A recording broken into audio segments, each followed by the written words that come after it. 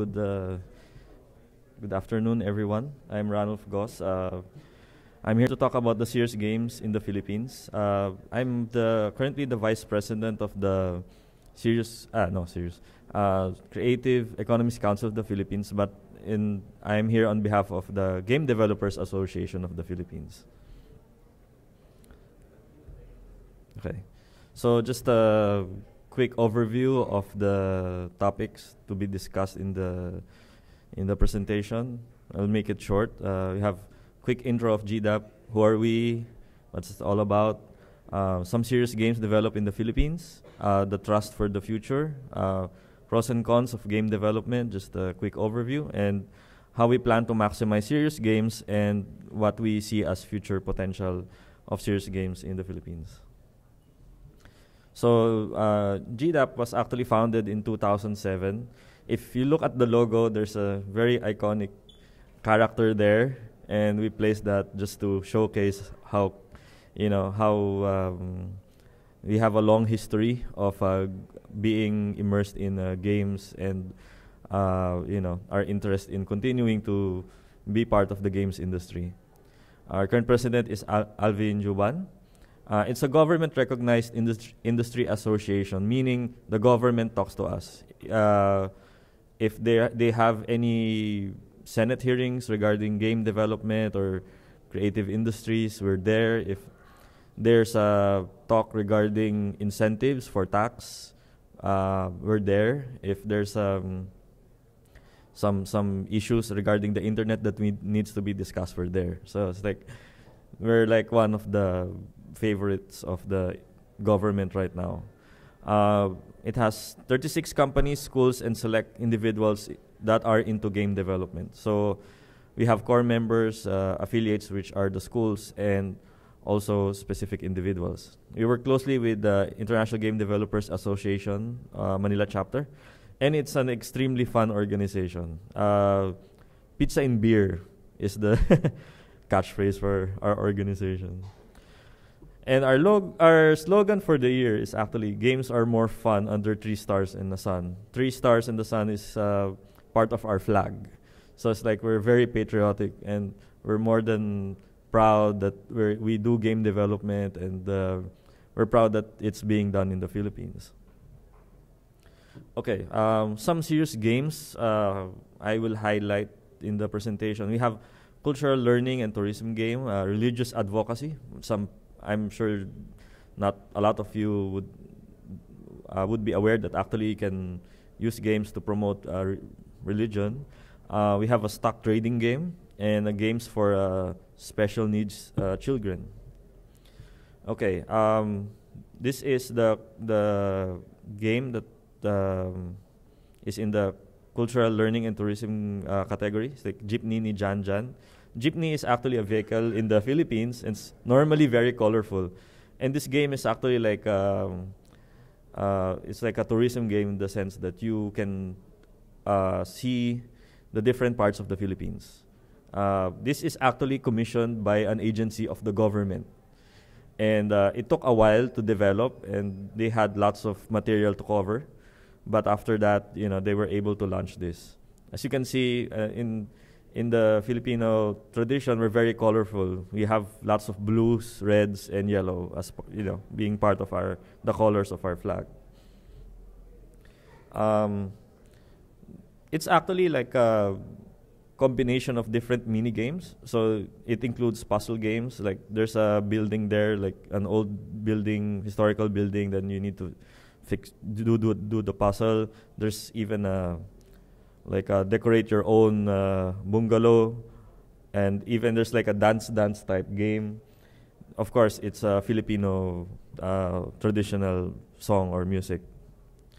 For religious advocacy, we actually had a game developed called Timothy and Titus. It's actually, if you look at the Bible, there's a chapter there on Timothy, and I think also on Titus. And there was an Australian company called White Knight who commissioned the game to Anino. So Anino was the developer, and White Knight is the publisher. So this is one of the first few ventures into religious advocacy, and actually it's a very, it's a good precedent for future religious-related games. Stock trading game.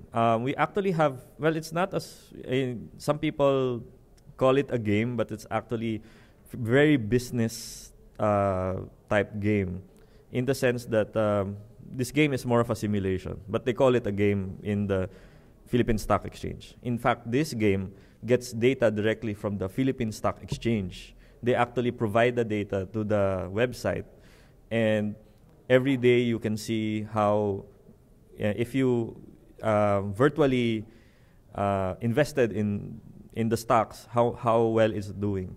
The idea behind this is to allow more to allow normal people to see that, hey, there's a, I can try playing with the stocks and see, maybe if you have a high score, maybe I'll invest real money this time, since in the virtual aspect you actually got some money, but of course it's like virtual money, so might as well focus on trying to really invest in stocks. So this is one of the more corporate type of serious games that we're doing in the Philippines.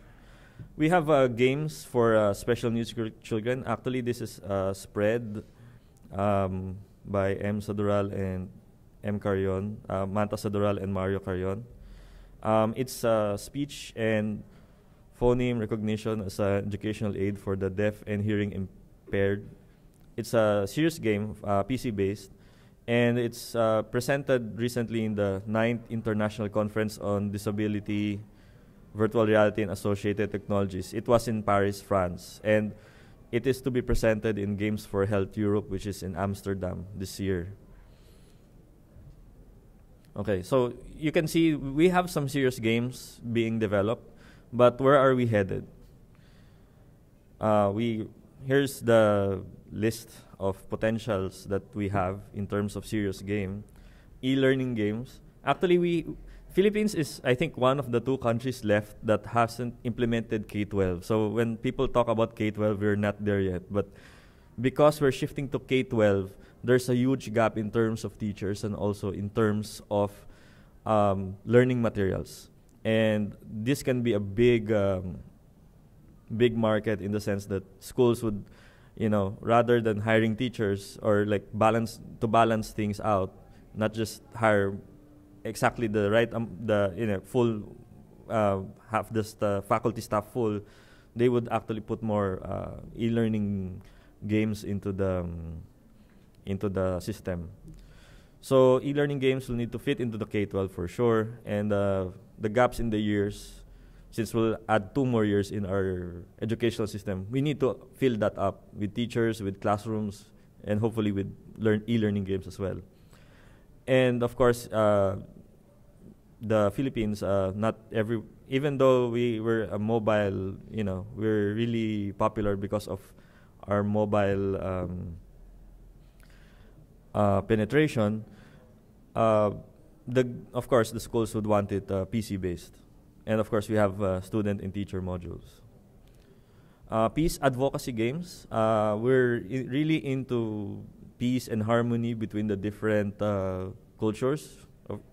Philippines are mostly, it's mostly peaceful except for some areas, and we still want to promote peace. Actually, there's an Office of the President on the peace process, and actually they want to focus on having peace advocacy games to further increase the awareness of peace. They plan to use symbolisms rather than lectures or like question answer, but more of symbolisms. The easy addictive games, and their target platform in the future is web and mobile. Military simulations. We are moving towards modernizing our military, and of course, because of that, we would need a lot of training, and that's one area where people are, especially game development companies, are looking at servicing the military and also the police. So, like, of course, shooting is normal, but we also plan to simulate extreme conditions like rallies. We actually have a lot of rallies, for a lot of things. So, on how to how to make sure things are okay. We're looking at that type of military simulation. And future simulations planned include simulated interactions with citizens. We'd rather have a very standard and more, when a policeman learns the game, at least now he would know how to handle different types of people that they see on the street. Corporate awareness. Some corporations want to promote the work they do, but also show complexity of the work. For example, actually, there's only 2 social security systems in the Philippines, but they're big. They invest in land, they invest in companies, they invest in art, and they're exploring to create a game simulating being the CEO of the company. So that you're the CEO of a social security system, and you have a certain number that you need to take care of. So it's like if you have a very high KPI, then that's good. But if you're very low, it's not good. So it's actually simulating your job as a CEO. It actually also shows how complex the jobs of the different corporations are. So it's not like we always have this idea that the big people are up there and are not doing anything. They're just drinking and whatnot. But they want the companies want something in such a way that people then appreciate the organization and the work that's being done by the higher ups of that organization. Scouting movement. This is one of the things that it's near and dear to my heart. Manila is the Asia Pacific regional headquarters of the World Scout Bureau. In fact, there's going to be a World Scout building in Manila soon. It has 35 million scouts around the world, 80% of which are in Asia Pacific. And they're still looking for potential investors for the scouting game. So it's they kind of assigned me as the advisor for this one. So if any one of you are interested in this game, just approach me. What's the pros of PH game development? Well, we're cost effective. We're English speaking, and we have affinity to multiple cultures. Affinity, not just, it's like we're good with Western culture in the sense that we're a former U.S. colony, but also we're good at like Asian cultures, like especially Japan, since we know the anime and the manga and everything, Japanese. We're hardworking and we're crazy.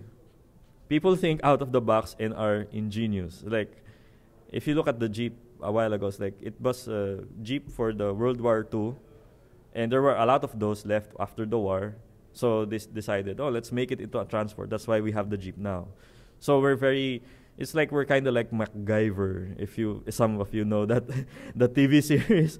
But yeah, that's what the Philippines are capable of.